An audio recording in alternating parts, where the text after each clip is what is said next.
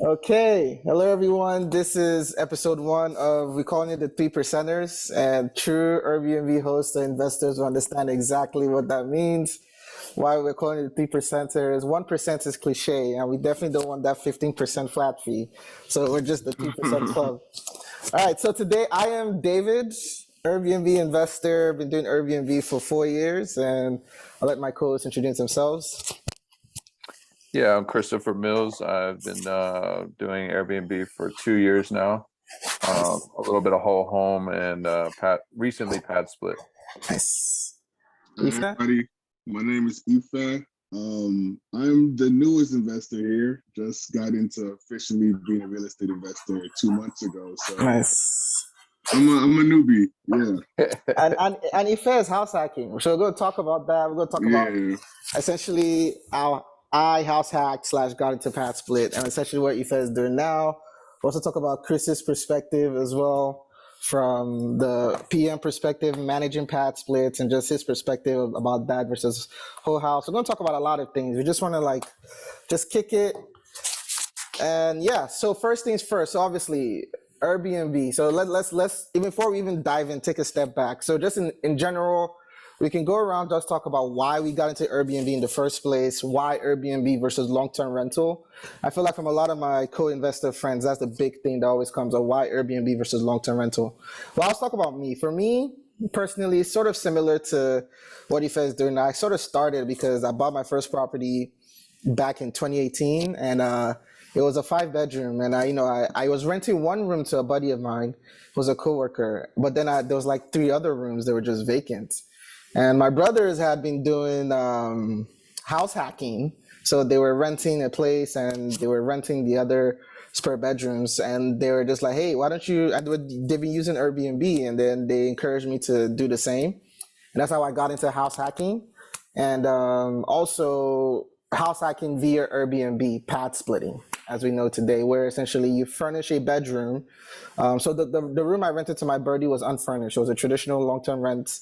And he was essentially paying me at that time, this was in 2018 fall, he was paying me like about $500, $550 a month, which was around the average market rate, I would say, then for long-term rental for a bedroom in a shared space.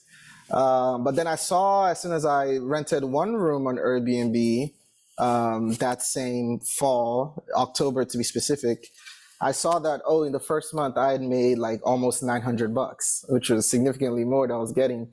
Of course, more turnover. So obviously, I just got new, and so for me, what definitely drove me to Airbnb was first with house hacking and realizing the income potential I could make, and then obviously, eventually, which you can talk about, there was now a focus on automating all of that and building into a business.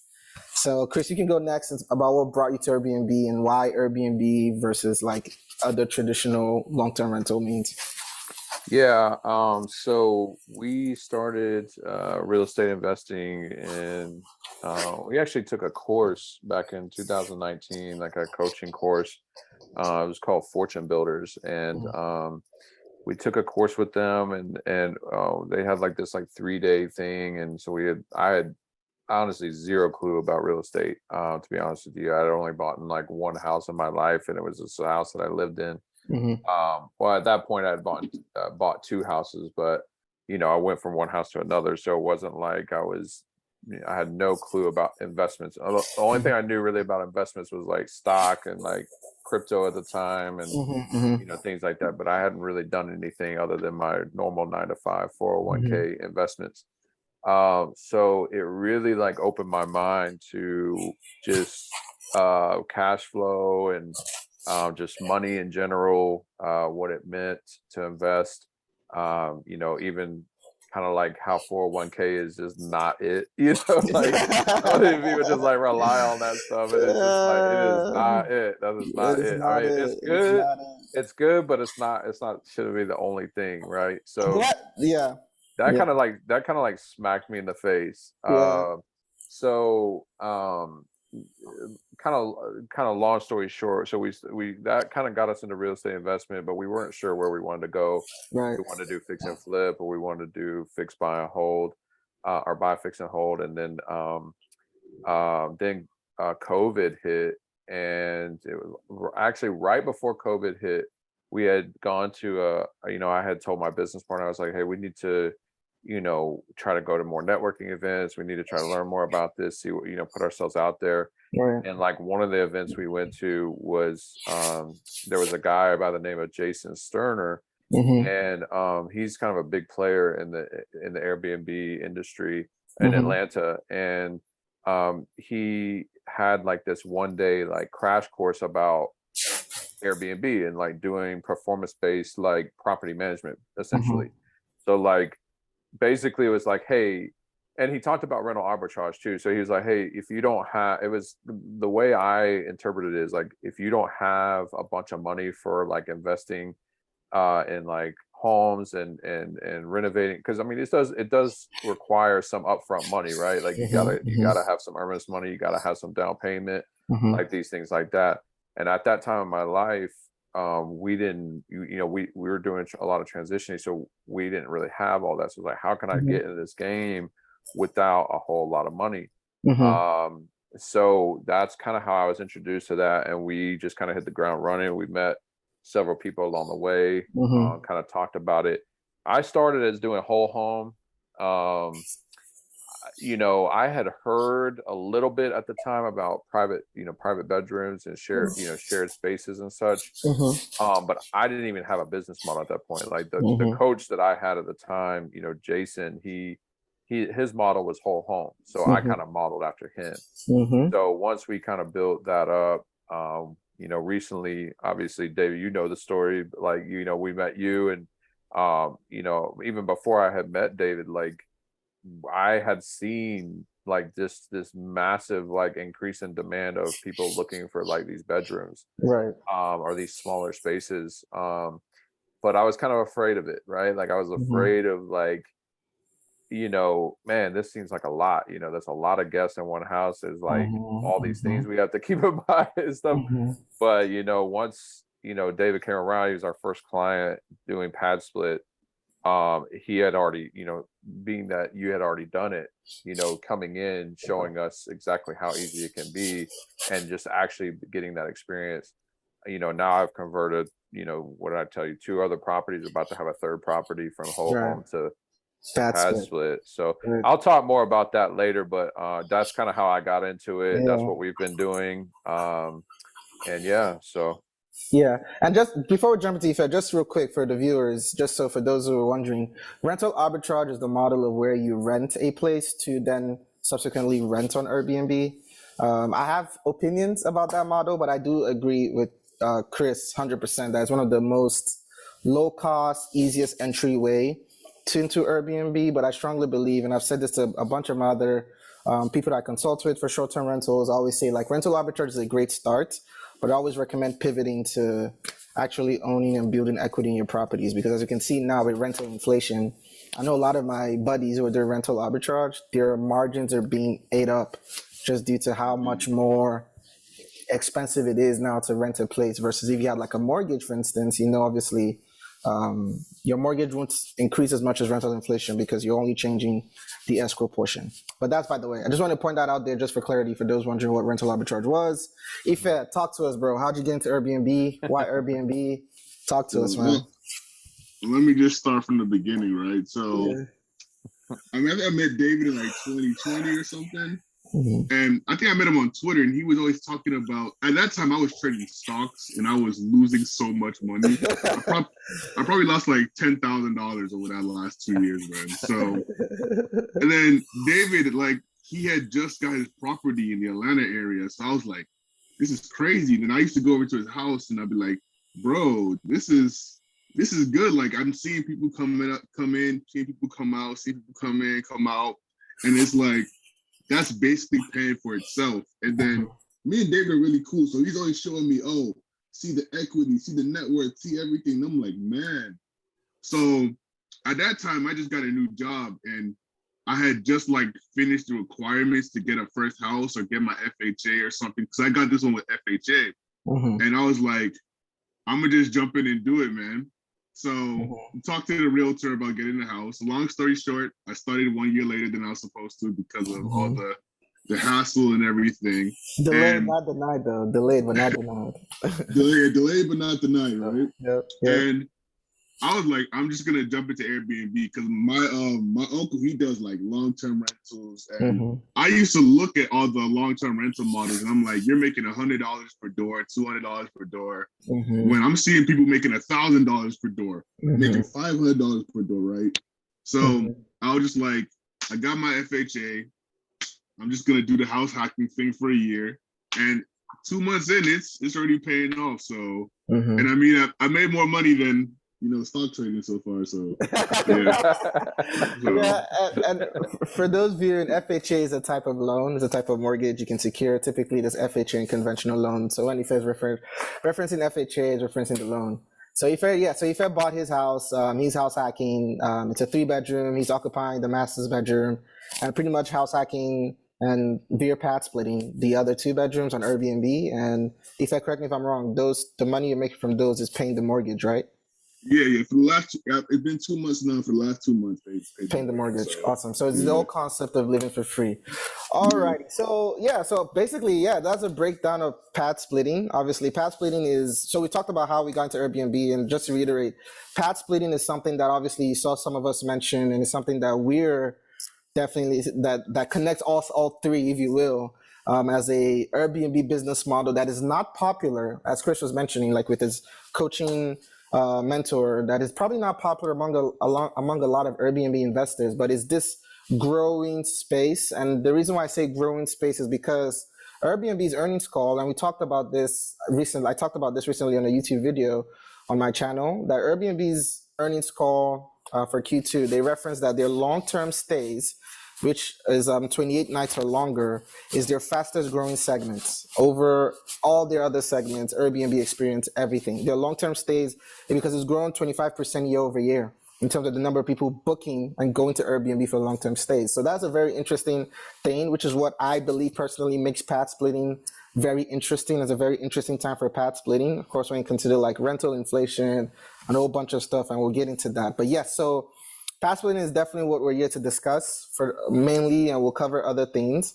And so we can talk about house hacking and why I like Padsplitting for house hacking, and essentially how via Padsplitting and house hacking I'll be able to live rent free, as I'll say, for the past 4 years. So I was mentioning for the first time for me personally. I was saying I was house hacking in 2018 via Padsplitting, and then as I was saying, I was renting the first room for like $900 a month, and I was like, wait, this is good. I'm like, okay. Then before you know it, it only took like 2 or 3 months before I finished the other 2 rooms, and I was doing the exact same thing, renting those short-term stays for like close to $900 to $1,000 a month, and I was like, wow, okay, this is working. And then back then, obviously, 2018, prices of homes were much cheaper. So I think my mortgage at the time for a 5-bedroom was only like $1,500. And then, as you can imagine, I'm making, $900 to $1,000 off 3 bedrooms, and then another $550 off the 4th, renting to my friend. I was essentially living rent free and utilities paid for, and still having some over to pocket. I think, if I recall, I can't do the math over time, but I think to recall my net cash flow was at least $1,000 house hacking. Like Ife was saying. And for me, that was the thing. I always say I sort of fell into Airbnb. Like I never, because like renting to my friend was a no-brainer. I'm going to look out for my friend if he needs a place to stay. But I never really like even considered long-term rental like a lot of investors did. I sort of was just told by my brothers, consider Airbnb. And I was like, hey, you know what? Why not? Like I didn't even think too hard about it. I was like, oh, I'm a dude. I mean, for those who know me in person, I'm a fairly big dude. So I was never concerned about somebody coming to my house and like roughing me up, like, which is, I know, is a valid and major concern for a lot of people who are house hacking. So for me, it was a no-brainer, jumped into it. And once I started seeing the revenue, it was pretty nice. And then I know I definitely found out it wasn't common when I started like meeting more and more real estate investors. And I'll mention like, hey, I'm cash flowing. Now it's more, because obviously Padsplit has since grown since then. And obviously when you move out of the house, all of a sudden you're renting the master's bedroom, and so there's more cash flow. But now it's more. But when meeting investors and mentioning like, I'm cash flowing $1,000 net per property, that definitely caught their eye. And that's when I began to realize like, oh wow, like, okay, the typical net cash flow isn't that high typically for long-term rental.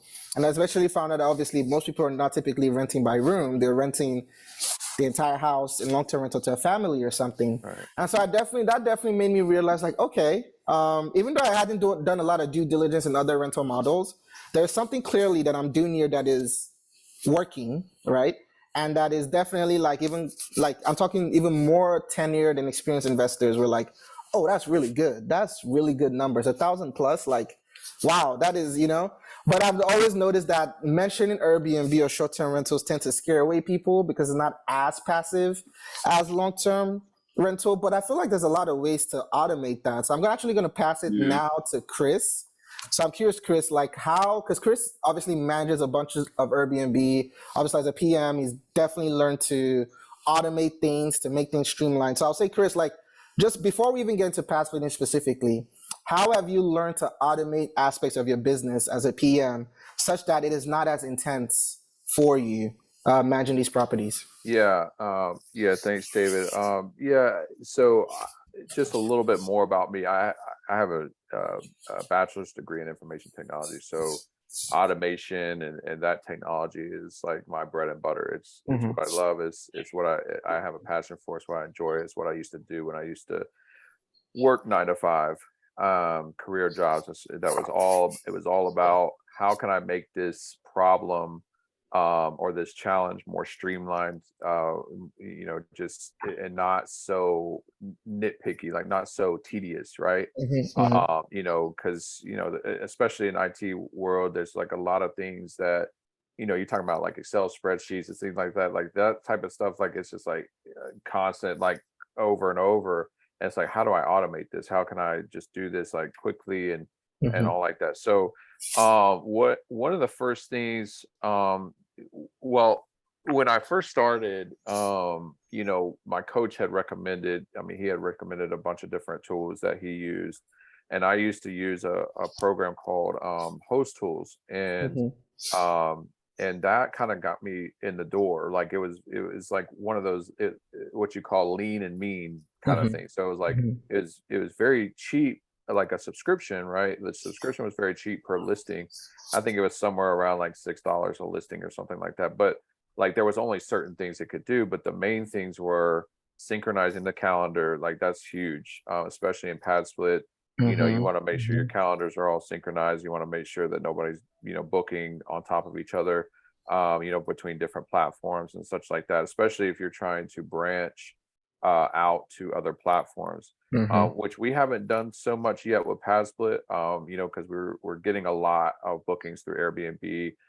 I think a lot of the other, I'm not really sure about the other platforms as far as like how they've been doing with Padsplit, right? So correct.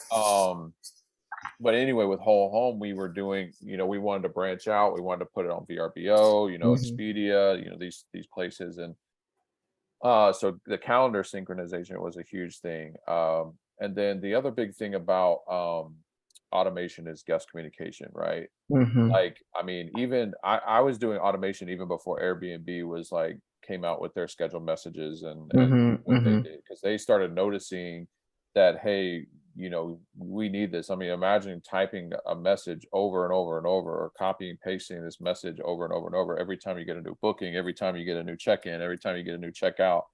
It's just, those were the days. yeah. So it was just like, I never wanted to do that, right? It was just like, how am I going to be able to expand and grow if we're doing things that way? So yeah, there's at the time, I've only been doing this for 2 years, but there's just more and more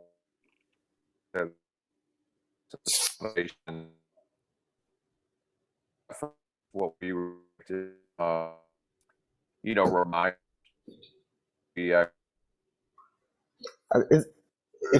Is that me or is no, Chris? That's Chris, man. Yeah, Chris, you got to say that again, man. Yeah, you got to say that again, bro. We're losing you. Okay, your network. Give it a sec. Give it a sec. Yeah, come back yet. Yeah, while Chris is working on that, no. So to echo. So Chris, are you there with us? I think we'll let Chris try to come back in. Yeah, But he yeah, said he would come back. no, but to Chris's point, automation is definitely key. And I'll just, when he comes back, I'll let him finish up on his point. But automation is definitely key. And He's back. there he Yeah. is. Are you back, Chris? Yeah, Hey, perfect. yeah, I think so. Okay, Can you hear me perfect. okay? Yeah, yep. Yeah. So what I was just saying is that, with automation, like the other big thing was, guest communication, right? So like, one thing that we really liked was, reminders, like, for example, like when we have like agreements or things or IDs that they need to submit or whatever to vet the client, or remind them of certain instructions or things like that. I was at the time, even with host tools at the time, I was having to remember, oh, I need to remind this person, like, hey, you need to do this. We eventually swapped platforms. We use a platform called Guesty now. And Guesty is like kind of the top of the line. I would say the kind of the top of the line of like property management systems. I mean, people can, argue what's the best for them, but for us, Guesty was huge for us with reminders and things like that. And it actually kind of removed, because for a time I thought that I would need like a VA or, when I mean by VA, I mean virtual assistant to help with guest communication. But when we actually got pretty much all of our guest communication automated, it kind of removed that need. Now, since we're at Padsplit, it's become more of a need now because we have, more not just check-in or booking or whatever, like we have questions, things that you can't automate, right? So there's going to be things that you can't automate. So what I would say is, like, for me, the main things that I use: property management system for guest communication and calendar synchronization, and then for door locks, you gotta use like Wi-Fi locks or something you can access with an app, because like changing door codes, like, and now I know FA, like I've seen his house, like I know he doesn't have Wi-Fi locks on his doors, but he lives there, right? So he can change them at any point, which that's fine for like house hacking. But like if you're doing something like what I'm doing when I don't live there, I don't want my cleaners to have more things to do. Listen, I despise door keys. That is like the worst thing. It is like the cancer of Airbnbs. Like, somebody loses a door key, you're messed up until you go get one made. So it's just like, yeah. So creating door codes, and then there's other features to it too. The door codes expire, that kind of thing for security purposes and stuff like that. So yeah, definitely property management system for like automate your guest communication, automate your calendar synchronization, automate your door locks, and also automate your pricing. And don't automate through Airbnb smart pricing like that. Like, I think everybody on here will understand that smart pricing is not good. It's never been good. It's okay to start with, but it's like, don't rely on it. Like, you're better off doing your own research. You're doing your own. It really, I mean, David like texts me like almost 2 or 3 times a week, like checking out like other competition in the area and their pricing. Like, it doesn't take that long. And but we use a tool called Price Labs. And I will say this though, I just want to, for the viewers that are house hacking, and we'll jump over to Ife now, because Ife is house hacking. And I guess I should continue my story to talk about how I've gone from house hacking to sort of where I am now, where I obviously partner with people like Chris and other PMs as well to sort of manage my portfolio. Obviously, as I started cash flowing, and I realized, again, back then homes were much cheaper. So in the first year, I made like maybe anywhere from 12 to 15 grand net. And I also had a really good 9-to-5 job as well, where I was able to pretty much save a good bit too. So I used profits from house hacking plus my income to buy a second property as a rental property, which I also gave to a property manager to manage, while I still kept my house hack situation and managing that as a house hack. And then obviously I moved to Atlanta. I bought another property, pretty much rinse and repeat, which I house hacked, and then made enough revenue from that, plus now my 2 properties, which were in Charlotte, that were other property management. Then I used that to buy a 4th property this year, which of course Chris is managing, and Chris will shortly manage my first house hack property, because now I'm on my 5th property. which I stay in as my primary residence, and the 4 properties are investment properties, and 2 in Atlanta, which obviously Chris will manage, and obviously have 2 PM. So on the PM side, I wanted Chris here because obviously Chris has a wealth of knowledge there, automation, talk about that. But for the house hacking side, I do want to point out that you can get away with not necessarily using guesty, especially if it's one property, they're guesty. Like for instance, 2 of my properties, I do use keys. I know Chris is not a fan of them. I use keys, but the way we found out that we can like mitigate losing the keys is we always have a spare in the property somewhere, just in the event of an emergency. And also we make it pretty clear in the check-in instructions, house rules, and checkout that if you lose keys, it's a $50 charge. And miraculously, since we've done that, no key has been lost. If there's one thing Airbnb guests hate doing, is knock on wood, right? If there's one thing Airbnb guests hate doing is like paying extra stuff for stuff they can control. And so definitely, I just want to point that out there. For house hacking, it is good to keep this in mind as you scale or hand over a property to a property manager that you might want to like help automate things. Like for instance, in the latest property we bought this year, Chris knows, we do have automated locks I always recommend automated locks on the front door regardless. Yeah. Right? Whether it's a house hack or that is regardless. That's what I recommend. I'm just saying you can get away with like a room key, but when you do plan on giving this over to a property manager, definitely consider automating like the smart locks and other things as well. And security systems I recommend for fire alarms, just in case there's a fire, automates the fire department that's out there. I mean, I've had some false alarms, but I always say this, hey, I don't mind false alarms because it tells me it's working, and it tells me that in the case of a real emergency, the fire department will be there, like they're always there within 10 minutes. So that's definitely a huge relief. So Ife, so talk to us. What's been your experience house hacking? If you don't mind, share some numbers, because I feel like yours is relevant because you're house hacking now currently. You are in Atlanta for the sake of the viewers. Just share some numbers, like roughly, like what have you seen you've been making off just renting a single bedroom? Is there something, and we can go into Padsplit specifically in terms of like what we recommend as value adds for your Padsplit that can help command more price. But yeah, if I talk to us, bro, what are your numbers? So let me just drop some numbers. So the house I'm living in right now, I pay $1,700, roughly 1,710. And from last month, I can say I made $2,200 from Padsplitting. So that took care of that, and that took care of my utilities, standard movement, Nice. And that's, I would say that's pretty good numbers because. How many bedrooms, just to clarify? Two bedrooms. And also I want to point out that you started renting, was it July 10th? July 10. So technically you only rented for 3 weeks and you made $2,200 off 2 bedrooms. Perfect. Okay. And those 2 bedrooms, right? They're guest bedrooms with a shared bathroom, right? Yeah, the 2 guest bedrooms have a shared, but they share all the spaces in the house. Right, so I would say the numbers are looking pretty good, man. Considering that it is July-August period, I'm assuming that early in the summer it will even be hotter than this. Right. And so just for the sake of you, just do some numbers there. We're looking at $2,200 off 2 bedrooms, which were rented for 3 weeks in July. So we're looking at $1,100 per bedroom, and they were rented for roughly 21 days. So basically, if you do the math real quick, you rented on average for $52 a night. And also the question I always get is occupancy. So if I'll let you talk. So when you started renting July 10th to July 31st, how many vacant days did you have in each room? Let me actually check that out because I can see the numbers right here. Yeah. Last month I had 6 unbooked nights. That means 3 per room, 3 nights unbooked. So I was 87% occupied.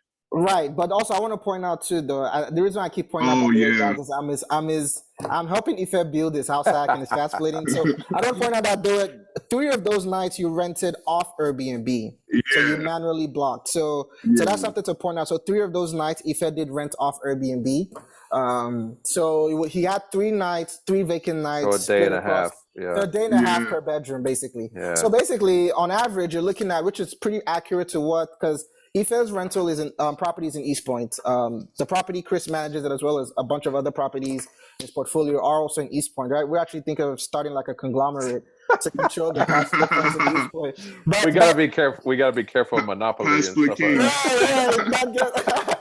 So, but we're definitely seeing that with Padsplitting, just for numbers, for the sake of viewers. On average, doing this business for 4 years, you're looking at anywhere from 90 to 95% occupancy, which is on par with what Ife saw. So 90 to 95% occupancy. That means you basically have anywhere from 0 to 3 nights. On the worst cases, we've seen maybe even 4, but 0 to 4 nights on average on booked, if you will. And that is typically provided your pricing is where it should be. And I will say, this month I have not been on book so far. So there we go. So in I've been August, booked every day this month. he's been booked every day this month, right? And so we've seen that on average, on the worst case scenario for shared bathrooms, like what Ife is renting, we see like around $1,200 a month you could make. And for private bathrooms, so even like a room with a private bathroom, we've seen in Atlanta and even in cities like Charlotte, and also even in Indiana, because I have some clients I consulted in Indianapolis, and I'm definitely seeing that we are getting anywhere from for private bathrooms $1,500 a month. And then if you have a basement, that is a whole killer. So if you have a basement, which is considered like a secondary unit on Airbnb, because you can, especially if you have a private access, very key on that. If your basement can have a private access, game changer. That can go anywhere from $1,800 to $2,000 a month, for sure. And I always tell people in general, if you're trying to wonder what the pricing for Padsplitting in your area will be, you can do what Chris was mentioning, where I manually check, where essentially I recommend going on incognito, so logging out of Airbnb, so there's no search prior search bias, and just look for in your area, your zip code, for comps. So what are other private rooms going for monthly, right? Keeping in mind the 90 to 95% occupancy. What are they going for monthly? So if you were to look for a stay, let's say September 1st to October 1st, what would you see for a private bedroom in your area? And just assuming 90% occupancy, whatever that monthly rate is, multiply by 0.9. Or, and also, I also say another thing you can also do is, if you're house hacking, for instance, and let's say you have like 3 bedrooms, it's a 4-bedroom home, you're renting a master's bedroom, and there's 3 other bedrooms you can rent, and let's say there's not a whole lot of comps in your area. Something you can also do is you can experiment, right? You can rent 2 in terms of what you feel is the average market rate. On average, just go on Craigslist or whatever and see what people are renting a unfurnished room for, or you go to Padsplit.com as a comparable, see what people are renting a furnished room for. And then just assume like maybe 15% above that for like Airbnb for shorter term stays. And then that'll give you your nightly rate, your monthly rate, then divided by 30, give you a nightly rate. Experiment with that. And the other one, you can decide to maybe even be more experimental with pricing. Because keeping in mind though, that if your pricing is way off, that can definitely affect your occupancy. And if it's too low, it's not to say you won't get booked, but then you might not be maximizing revenue for sure. Okay. Yes. So, okay. So Chris, question for you, because this is what people want to hear. What has been your experience managing a whole house Airbnb versus a Padsplit Airbnb? And what is your preference and why? And from a cash flow perspective, where do you recommend PMs, other property managers like yourself, should consider Padsplit versus potentially a whole house? Yeah. So just to put into some context, I know I mentioned I just started Padsplit. So we like literally it's been a month and a half. We started with David at the end of June, and like I said, we've converted 2 other homes from whole home to Padsplit. And the reason we did that was because now, again, I had been talking to my investor clients. So I partner with people like David, with people like Ife, like they they own the house or whatever, and they want to do the investment, and I manage it for them, right? So, and I do consulting and all that kind of stuff. So so one of the things that had came up a few months ago with one of my owners, he's very numbers driven, much like David is, and he and so we meet, we meet pretty regularly. We meet like once a month, and I had mentioned to him for the past several months, because we even put his home on Furnish Finder, and funny enough, it's the same home that is like across from where Ife is, in the same exact neighborhood that Ife's in. It was one of the OG townhomes, right?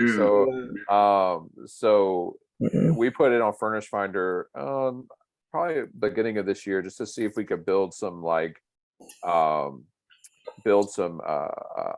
attention to it, and build some like inquiries and things like that. And that's when I like literally started noticing that people were not like I had it as a whole home for a while, and then Furnish Finder came out with this like and for those of you that don't know Furnish Finder, it's a kind of a lead website, a marketing lead website that you pay for per listing per year. And then basically they send you a bunch of leads from like traveling professionals, mostly traveling nurses or traveling medical professionals. But there are like insurance companies that go on there to look for houses and things like that. So, but you don't actually book on Furnish Finder, if that makes sense. Like a tenant does not book on there. You do a separate like agreement with them. You do like if you have a direct booking website, you just do it through there, or you send them your Airbnb link, whatever you prefer. So we had put it on Furnish Finder. Then Furnish Finder came out with this like subunit like listing. So I put each individual room on there just to see what, and like as soon as just backing up a little bit, I didn't get much inquiries about the whole home, right? And I was starting to see kind of a thing here where at that same time I was seeing a lot of people on like Facebook groups and things like that looking for individual bedrooms. And I think the reason for that, and because my mom's a traveling nurse, right? So she had told me like, hey, people are not wanting to pay that much for a space that they don't really need. Nurses and stuff, they usually travel one at a time, so they only need like a small space, preferably somewhere that's more private if possible, but they can rent inside of a house, right, and have the rest of the house be shared. So when I put the other individual rooms on Furnish Finder, I started getting like inquiry after inquiry after inquiry. What was interesting about that though is that which kind of like gave me some hesitancy really with Padsplit, was people were inquiring about the shared rooms, but then they were like, is the rest of the house shared? Like, am I going to be by myself? It's like they wanted to rent it for like $1,500 for like the rest of the house to not be used. I'm like, no, like it's not going to happen. So that's kind of where like I was for a while. Like I was like, should I do it? Like, are people actually interested in it, or are they just kind of playing around, so then so fast forward, I will say like now that we've done it for the past month, I have my concerns, I have my kind of drawbacks from it, but I have noticed that like the tenants, even my cleaners too, the tenants are from the start of the Airbnb to like even like a month and a half in, because usually when you start an Airbnb, I don't know if you guys have had this experience, but when you start an Airbnb, those first few guests are kind of like they're just like, they try to like stretch the rules a little bit or something. It's like kind of weird, but we had a couple of those. It wasn't so bad, but like with whole home, when we would start that, we would have like smoking or like really dirty house, this kind of stuff. And so my cleaners for sure have said the guests have been much better in a Padsplit model versus a whole home. Another reason why I do like Padsplit is because it does seem to be, at least right now, it's hard for me to tell. I'm kind of going off based off what David's experience is, but for right now, it seems very seasonal proof, and it's maybe not 100%, but like people don't go to Padsplits on vacation, right? Correct. David and I had like started talking about it, and it was like your Padsplits are accommodation stays. There's stays that people are moving from one house to another, one place to another. I will say I've gotten a lot more insurance stays with Padsplit than I did with whole home. Traveling professionals coming in for business, coming in for work, coming in for a conference, even coming in for like concerts and stuff Just too. to clarify, Chris, what do you mean by insurance stays? I know what you mean, but just for the sake of viewers. Yeah, so insurance stays are people who need temporary accommodations for if their house is like a tree fell on the house or something like Under that. renovation. Yep. Yeah, under some sort of renovation, and they need some place to stay while their house is under renovation. Right. And those are where the real nice long stays are. So if you're not on, and it's really easy to put your your house or your rooms on like insurance websites. So if you just search like temporary housing or that kind of thing, there's a lot of websites, a lot of companies that partner with insurance companies that are looking for like these like accommodations, right? So I honestly thought that people would rather have a whole home, because when I thought about Padsplit, it was similar to what I never said this about Padsplit, but I was saying it about hotels. Like, why would a family of 5, want to stay in a hotel room with a dog? That just seems like really chaotic. But with like Padsplit, I've noticed like it's kind of the same mindset, but I've noticed that people are still coming in anyway. Like, they're not coming in with full five people families or anything like that, but they're coming in like, and accommodating in whatever way they can. So so it is seasonal. I have noticed some significant difference in seasonal, because August, for example, in whole homes is traditionally one of the slower months of the year, because summer's over, school's back, that kind of thing. And like every investor that I talk to, I even still have some whole homes, and that's why I'm actually converting a third house into a whole home, because we had a booking that extended to like the second week of August, and the entire rest of that month is like empty right now. So I talked to my investors, the same guy that I just converted 2 other homes with, and he's like, yeah, let's go for it, right? So I've talked to a number of investors that are doing whole home, or managers even like myself, that are doing a whole home, and they're like, why is August so slow? Like, what is going on? Blah, blah, blah, blah, blah. And I'm thinking to myself, I had the same issue last year in August. And like, the only difference this year is that we have pad splits, right? So now with pad splits, David's kind of shared with me on this, and I've kind of seen it as well. I've kind of picked it up and started running with it. So yeah, obviously with Padsplit, you don't want to obviously no 1 bed, 1 bath. That doesn't even make sense. It's not even considered a pad split at that point. It's just a pad. Just a pad. You're not splitting anything. I mean, unless you put bunk beds in there and have like a little hostel. I mean, hey, you can make it work probably. But I mean, for flight attendants, there's something called crash pads. That's another business model that I found interesting. But yeah, anyways. Yeah, and I mean, we're all like, we have properties all near the airport, so we're competing with that, right? So right, exactly. So the 2 bedrooms, David and I kind of talked about this a little bit. David was the one who was like, anything less than 3 bedrooms, like, it's a no-go. But see, I have a townhome in Smyrna, right next to the Truist Park. If you don't know what Truist Park is, it's the Braves Stadium here in Atlanta. And it's like right next to it. And there's a lot of hospitals nearby, and it's like very central. Like, I mean, you're literally like 2 turns, you could be on 285, 20, I-75, like just like 85, like all, it's like very central. It's like at the very north point of that perimeter. So that home, and so there's hospitals around and other businesses, and there's a lot of development going on. I think ThyssenKrupp, the major like elevator company, they just built like this huge freaking building, skyscraper right there next to Truist Park.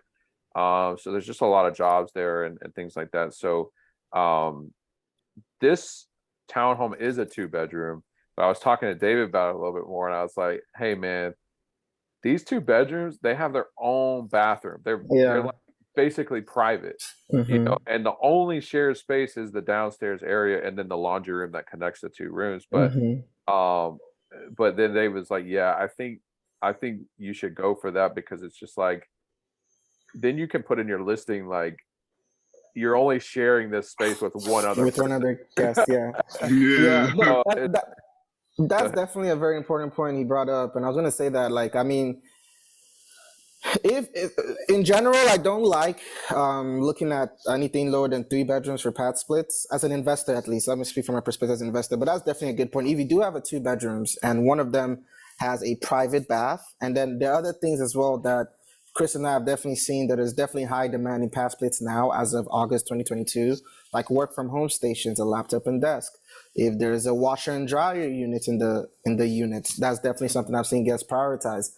And also one thing I know that's also super popular is quiet hours for travel workers. So things like that. So if you have a private bathroom, and I forgot, a TV in the room, right? If you have a private bathroom, a TV in the room, and good Wi-Fi, work from home station, go for it. But typically, in my opinion, I'll say for 2-bedroom, 1-bedroom units, you're probably better off renting the entire unit out. But if you do have a 2-bedroom unit where each room does have its own private bath, it could be worth it, depending on the location too. And I will say that, like, that's if you already have something like what we have, and then you're trying to like maybe convert it to try it out. Because it's one thing, if I think about it, it's probably easier to go from Padsplit to whole home than it is from whole home to Padsplit, right? There's a little bit more involved when you go from whole home to Padsplit, especially if you don't have the TVs or the workspaces or that kind of thing.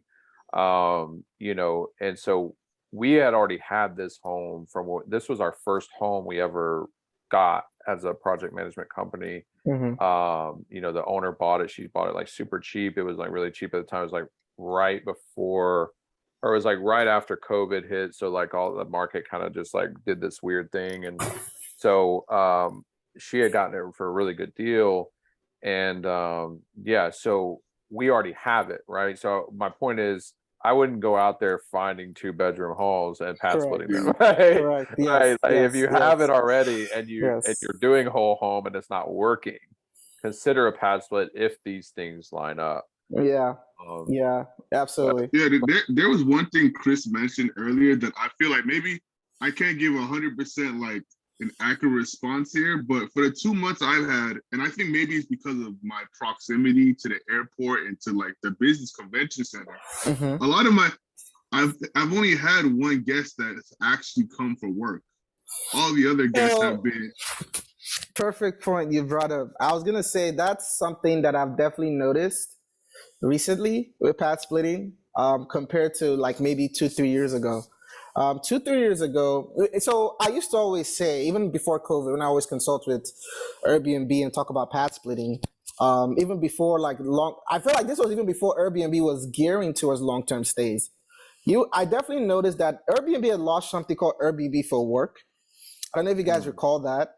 Airbnb for Work, it never really took off. I don't think they never really, but people started realizing like, especially people who were going to be paid per diems, travel workers, like, I could rent an Airbnb and save money in an Airbnb than a hotel. Then what you see, a lot of these travel workers were renting bedrooms. So I feel like travel workers were this was even before remote work was a thing. Okay, this was before COVID. So travel workers were the real pioneers of building the business case for Padsplitting, because that's what I always said in the past, like my 2 properties in Charlotte and even both my investment property in Atlanta. If you notice, Chris, I'm very intentional. I look for other development in the area. East Point, obviously, College Park. We talk about 6 West. There's another reason fundamentally why I'm investing there. But I've always tried to invest close to the airport because of that reason. Investing close to the airport, I've always recommend, you will never lose because you capture the travel workers and other guests, right? So having a rental, that's what I always recommend. If you're in a metropolitan city, any suburban home close to the airport is a good candidate for Padsplitting. Yeah. And so that definitely drove a bulk of my customers. But now, to Ife's point, and Chris, you can probably attest to that, and probably have seen some of that, we're seeing now that even locals are booking Padsplits, right? Locals are booking Padsplits. And it's because, and just talking from the macroeconomic standpoint, we're seeing there's a lot of inflation, rental inflation driven by just, again, I talked about this on my YouTube channel, up and coming rental cities here in the South, Atlanta, Georgia, Charlotte, North Carolina. These are what we call destination cities during COVID, where a bunch of people from up north moved down south. The rental demand so to Chris's point earlier, Padsplitting following the accommodation rental market versus the vacation rental market, the rental demand for accommodations just skyrocketed. Compounding the fact now that a lot of people can't necessarily buy homes, right? This year, I had someone who booked for 6 months. He was a software engineer making good money. His original goal was to buy a home, but I mean, with interest rates so high, he was just like, he's just going to sit it out. But he booked a room for me for 6 months. On our Padsplit, yeah. So my point is like we've definitely seen a shift to where there's now a lot of like locals, travel workers, but also like separating them from the typical travel workers. I call them also digital nomads, people who literally work remotely, trying out different cities, maybe Yeah. want to stay for a month in the city. I think Yeah. like Joe, like the guy who rented a basement, Chris, for a month. He might have been a remote worker. He was definitely giving me that Yeah. vibe. But I've definitely seen that the market has expanded. People are now looking to rent a place on Airbnb, digital nomads, versus traditional apartment. Because think about it. If I am a person who was moving to Atlanta, I'll speak for Atlanta or even Charlotte, where I own properties, right? If I was a person moving there and I wanted to only stay for like 3-4 months, try out the city, why would I go rent a studio, which everybody who's viewing now knows that a studio in Atlanta can run you $1,600-$1,700 a month, unfurnished, and that's before utilities, Yeah. right? Unless you want to live in the hood. Now, unless you want to live in the hood, a studio. Even East Point now, like apartments in East Point, I was looking it up, are going up. Like East Point is not the hood, but those who are like native Atlantans know, like 10 years ago, if you East know, Point was, you know. right, 10 years ago, East Point was the hood, but because of just how much Atlanta is growing, studios down in East Point are going for the same. So why would I go rent a studio unfurnished? Know that if I even want to rent a month-to-month lease, it's probably even way more than 1,600-1,700. It's probably going to be run me 2,000. So if I want to sign a 12-month lease, and then to break that lease, it will cost me 2-3 months worth of rent. And then I also, on top of that, have to furnish the place, set up utilities, versus I know I can rent a private room and private bath for 1,500. And that includes furnishing, utilities, everything. And I can essentially end my stay whatever time I want. So and a lot of the trend too is that, you know, I mean, obviously people are wanting that $1,500, $1,600 a month rent now. You're not going to find that, especially that close to the city. But you know, a lot of the trend is still like people like downsizing, you know, like downsizing into tiny homes and things like that. So people are starting to realize more and more, especially with this rent inflation and stuff, is like, do I really need all this stuff? You know, I really need all this. Like, I could just go to a house, like you said, it has, you know, a room and it has a TV in it, it has a bed in it. That's really all I need, you know, and a closet for me to put my stuff, you know, my clothes. So and a storage unit, and that's another reason why storage units are on the rise. To Chris's point, people are downsizing, maybe renting a bedroom, and they realize, okay, for the extra stuff, I'll just put in a storage unit that I'll pay $50-$60 a month for. Storage units are coming up like everywhere. And that's a funny story because, and I know David could attest to this, but I went to David's house one day just to hang out, you know, and me and David are talking on the patio, and I go inside for a few seconds. And it's funny because I see my coworker, and he's renting the Padsplit from David. And I'm like, what are you doing here? I'm like, oh, I'm traveling. I don't live in Atlanta, but I want to be in Atlanta. And I'm like, oh, that's crazy. Yeah, that's actually true. Ife's coworker, whose job is in Atlanta, but he was being a digital nomad for the past year, rented a room for me for a month. And he, like, the funny thing is, he was also considering renting another, and he rented an Airbnb before. So yeah, it's definitely become a thing. Now just, I know we're coming up in an hour here, just wrapping up. So why do I think Padsplit is seasonal proof / recession proof? Now I do want to clarify, you could see there's definitely more demand for Padsplits in the summer, because what people are also realizing is even the vacation renters, so people who are maybe even traveling to Atlanta for a weekend to see family or explore the city, if they're a couple, especially if they're traveling alone, they're traveling a couple, people are also realizing like, hey, maybe I don't need to book an entire hotel room for $150 a night. Maybe I don't need to, I'm not traveling in a group. I still believe group travel, your best option is probably whole house, but they're like, I'm not traveling in a group. And also even sometimes with group travel, we've always been in those group settings where they want to rent an exorbitant home that will cost you like $100-$120 a night. Then you're like, I might as well just get a hotel and I'll have my own space, right? So for a lot of those traveling on a budget type customers, a lot of them are going to Padsplits. I mean, a good example is like Ife. Some of his customers are people who are traveling to Atlanta for the weekend. They just want to rent a room, maybe a couple, and just go about their day. All they need is a place to sleep, clean, TV, you know, just an accommodation. So you'll capture those people in the summer, which will obviously drive up demand. But what I've definitely seen is, to Chris, when I was renting an old home, because one of my investment properties was a whole home rental before it converted to a Padsplit, we've definitely seen that to Chris's point, the drop off, right, in occupancy that we typically saw with whole home is very much so minimized with Padsplit, because again, you still get these other customers who need an accommodation regardless of whether it's the summer, fall, or spring. Yeah, there's people who are still traveling for work in the fall. Business does not stop in the fall, right? And so you can see that there's definitely more buffer in terms of demand because of the variety of customers you're attracting with Padsplit. And obviously, we've also seen from a cash flow perspective, just because of how much higher the occupancy is, you tend to make more money renting Padsplit, in my experience, from a 3-bedroom and up, provided you have the basics, provided you have a washer and dryer in the home, provided you have potentially a TVs in each room, and so on and so forth. And then for recession, I also mentioned this in my recent video, and I'll let you guys chime in on your thoughts before we wrap it up this episode. But in my opinion, I've always said, like, the only vacation rentals, so typical Airbnbs, that will thrive or maintain the recession are luxury, higher tier vacation rentals. Because if you think about it, the people that are less likely to be impacted by a recession are much higher net worth individuals. And those people who necessarily, when it comes to cutting out, so the people who don't necessarily have to essentially cut out expenses from their budget going to a recession, right? If people have to cut out expenses, what is the first thing? They're cutting out the non-essential things. And what is a non-essential thing? Typically, traveling. Now, I know people bring up the idea that, traveling behavior, which Airbnb did bring up in their Q2 earnings call, that traveling behavior is changing among millennials and Gen Z. And that is true. I do agree that is true. We've definitely seen since COVID, people are damn near taking luxury trips every month. I'm like, every month, bro. Sometimes I've been looking like, am I doing something wrong? I don't take these luxury trips every month, But I definitely think that for a lot of those people, reality just hasn't set in yet. The job market is still pretty hot. Unemployment is still less than 4%. It's slowing down now. It is slowing down, but what I always remind people is, like, sure, we can say that travel behavior hasn't stopped, but I feel like once the job market goes into what it should be in a traditional recession, I think reality will set in for a lot of people. And I wouldn't be surprised if, regardless, even among millennials and Gen Zs, traveling will, for vacation at least, will reduce to save some money and just pocket some more cash. So I'm just curious on y'all's final thought.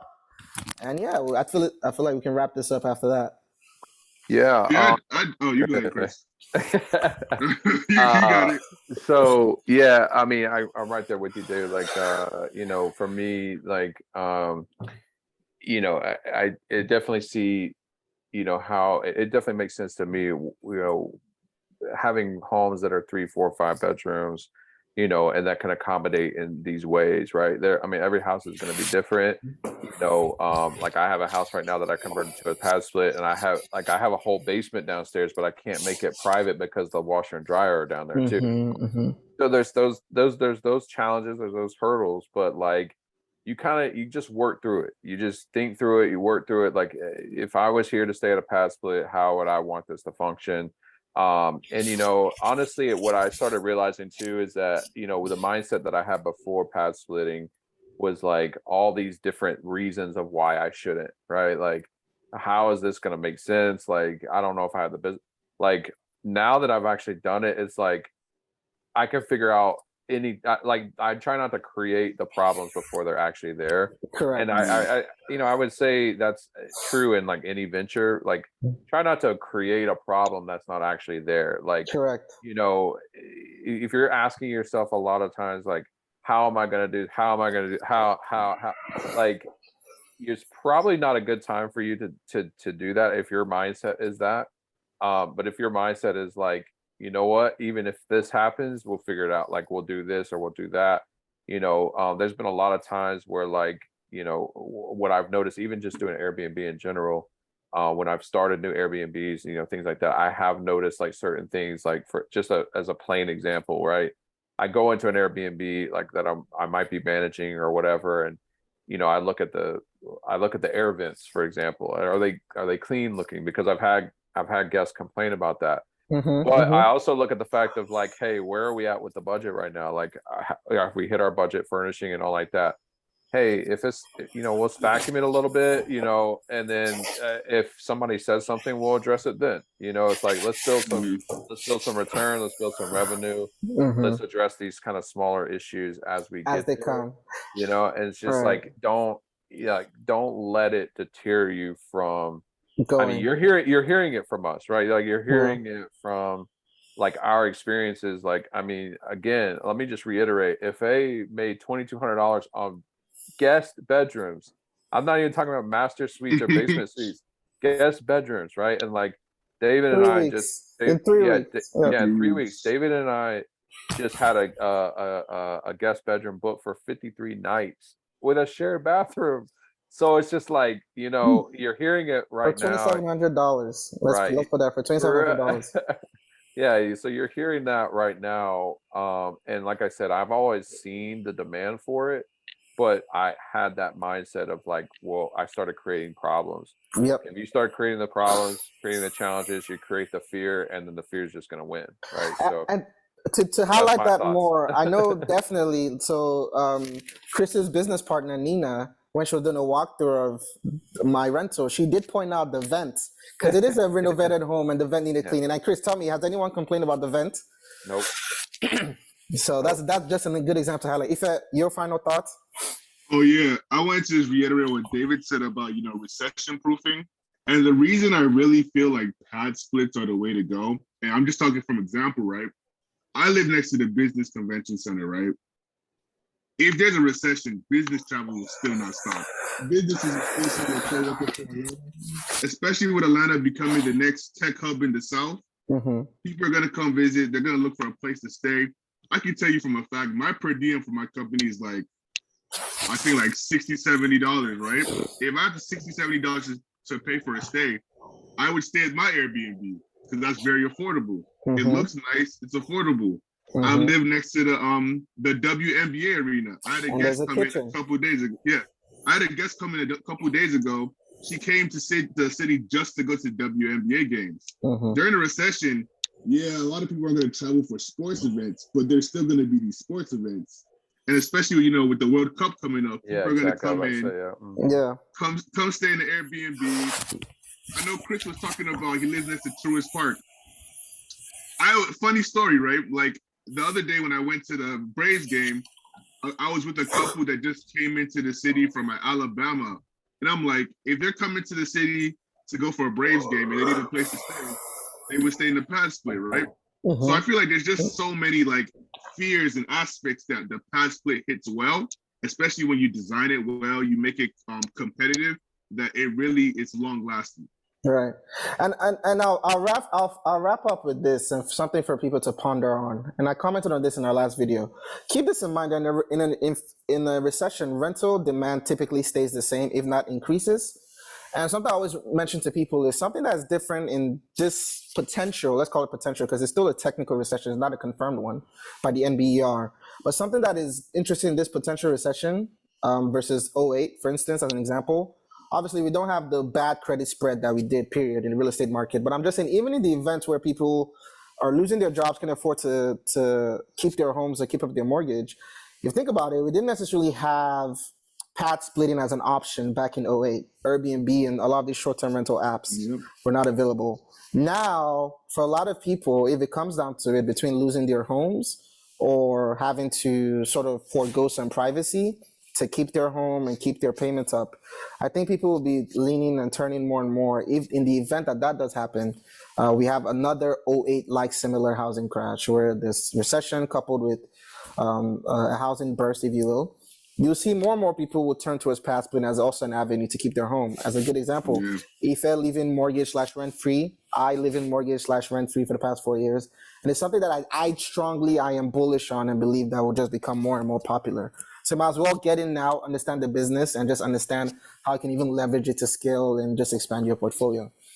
But yeah, with that, no, this was great. I enjoyed this. 3%ers. There's still a lot to talk about, man. There's so much more. I feel like we've been talking for an hour, so I feel like we gotta jump in more in episode 2. There's so much more to talk about with Padsplitting, like handling guests and just some of the crazy things we're seeing. But I think we'll just call it a day here. So again, this is episode 1 of 3%ers. We'll be back again. My name is David. Ife, want to Chris. sign up? Chris? Chris here. Okay. All right, signing out. Y'all All take right. care. And now, Bye. take care.